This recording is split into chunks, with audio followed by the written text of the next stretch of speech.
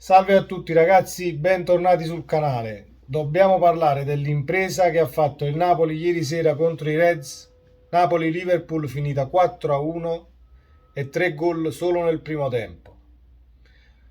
Io sono ancora in ipnosi da ieri sera, è un sogno dal quale non vogliamo svegliarci, perché il primo tempo è stato una cosa incredibile. Non si credeva che il Napoli riuscisse a tenere testa al Liverpool e invece dal primo secondo di gioco il Napoli ha dato filo da torcere. Tanto è vero che 3 gol nel primo tempo e il Napoli ha sbagliato un calcio di rigore. Abbiamo preso un palo con Osimhen e Kvaratskhelia si è mangiato un gol fatto a centro area con Alisson davanti. Quindi 3-0 il primo tempo è risultato anche magro per quello che il Napoli ha creato. Non sono d'accordo con alcuni giornalisti e tifosi che hanno detto il Liverpool non ha giocato da Liverpool, quindi il Napoli ha avuto terra facile nel fare 4 gol. Il Liverpool non ha giocato da Liverpool perché il Napoli non gliel'ha concesso, semplicemente chi ha visto la partita mi dà ragione alla fine, perché il Liverpool ha giocato e come, infatti le azioni create dai Reds ci sono state e sono state tutte quante rispedite al mittente da una difesa e un centrocampo del Napoli che si compattava continuamente, faceva la doppia fase e partivamo in contropiede.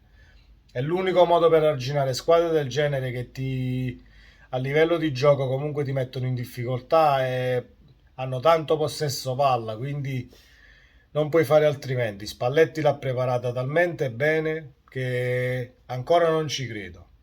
È stato un Napoli perfetto in qualsiasi reparto e difficile trovare anche il migliore in campo in partite del genere come ieri sera. In una serata magica ed una partita perfetta dove tutti i pezzi del puzzle lo vanno a comporre e lo rendono di una bellezza inestimabile, troviamo il primo gol di Zielinski su calcio di rigore, il 2-0 lo firma Anguissà con una triangolazione con Zielinski e si trova davanti a Allison e butta la palla dentro. Dopodiché si fa male Osimhen che era già claudicante e mezzo infortunato prima di cominciare la partita, però voleva giocare a tutti i costi e meno male perché per mezz'ora ha fatto la differenza. A quel punto arriva la ciliegina sulla torta. Entra Simeone e Simeone, prima di acquistarlo dal Verona, aveva già dato l'ok al Napoli perché voleva giocare la Champions League, era il suo sogno da bambino e aveva già la Champions League tatuata sul braccio. Nemmeno il tempo di pensare a questo aneddoto che dopo 3 minuti che è entrato Simeone, Kvaratskhelia brucia il diretto avversario sull'out di sinistra, mette un raso terra a centro aria e Simeone deve solo buttare la palla dentro. Non vi nego che ho pianto assieme al Ciolo. Come il Ciolo ha segnato gli sono scappate le lacrime, ha baciato la Champions, sono scese delle lacrime anche a me dalla contentezza perché, ripeto, io mi sento ancora in ipnosi dalla partita di ieri sera e non voglio risvegliarmi da questo sogno. Fatto sta che il Napoli finisce il primo tempo 3-0 ed io, come credo tanti tifosi del Napoli, non riuscivo a star tranquillo nemmeno sul 3-0 tra il primo e il secondo tempo, perché sapevo che una squadra come il Liverpool nella ripresa ti avrebbe messo alle strette e 3 gol potevano essere anche pochi.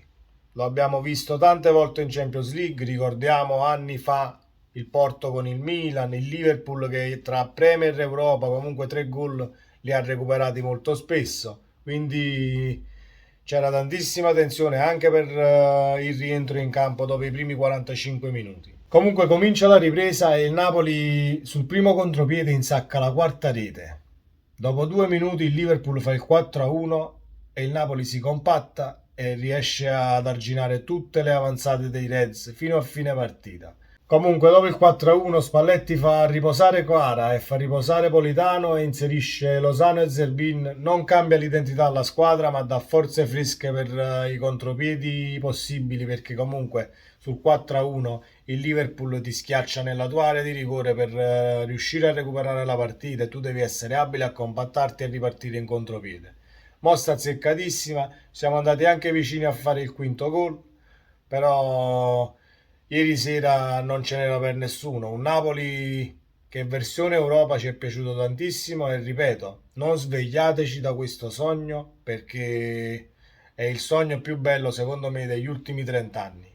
E non voglio dire castronerie, ma è stata la partita più bella della prima giornata di Champions League. Non le ho viste tutte, ovviamente, ma quelle che ho visto non hanno superato Napoli-Liverpool di ieri sera, sia per gioco e sia per il fatto che comunque ha vinto la sfavorita, perché nessuno mai avrebbe pensato che il Liverpool prendeva 4 palloni al Napoli.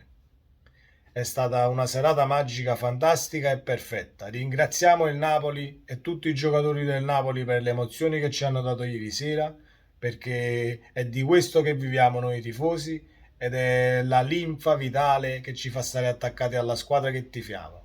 Quindi un grazie speciale a tutti i giocatori, a Spalletti, alla formazione che ha messo e alla voglia di volerla vincere e la fame che ha questa squadra che è dall'inizio del campionato che è così, anche se ci sono state cadute con Fiorentina e Lecce, più il Lecce che la Fiorentina perché la Fiorentina era fuori casa ed era la stessa squadra che giocava, però le partite per episodi si possono mettere anche diversamente. Ieri sera il Napoli dal primo secondo, da quando è cominciata la partita, non ha dato niente al Liverpool e non gli ha regalato niente. Ecco perché il commento di tutti quei giornalisti che sì, ma il Liverpool non ha giocato da Liverpool, cadono completamente senza che vi arrampicate sugli specchi. Potevate tranquillamente dire il Napoli ha distrutto il Liverpool perché è stato così. Punto. Ragazzi, queste sono le emozioni di Napoli-Liverpool, una grande partita e speriamo di onorare questa Champions anche perché il Napoli in Europa ha sempre onorato la Champions, ha sempre fatto grandissime prestazioni, soprattutto nei gruppi. Non sono qui a ricordarvi i gruppi che il Napoli ha affrontato in passato, Bayern Monaco, Borussia Dortmund, Marsiglia o Arsenal, tutte squadrone nei gironi, perché comunque sei sempre una squadra che nelle urne va a finire comunque quasi sempre di terza fascia, quindi i gruppi sono sempre duri e il Napoli quando ha passato il turno con squadroni e quando è uscito con 12 punti per solo un gol, ha sempre onorato l'Europa. Non voglio dire che il Napoli sia una squadra prettamente da Europa League o da Champions e solamente da Europa in campionato stecchi le partite, ma l'urlo Champions del San Paolo comunque fa tremare le gambe a tutti. Lo si è visto ieri sera e il Liverpool non ha giocato per meriti del Napoli che non l'ha fatto giocare. Punto. Ragazzi, questo era quanto per Liverpool-Napoli. Vi invito come sempre ad iscrivervi al canale. Forza Napoli e ci vediamo nel prossimo video. Ciao!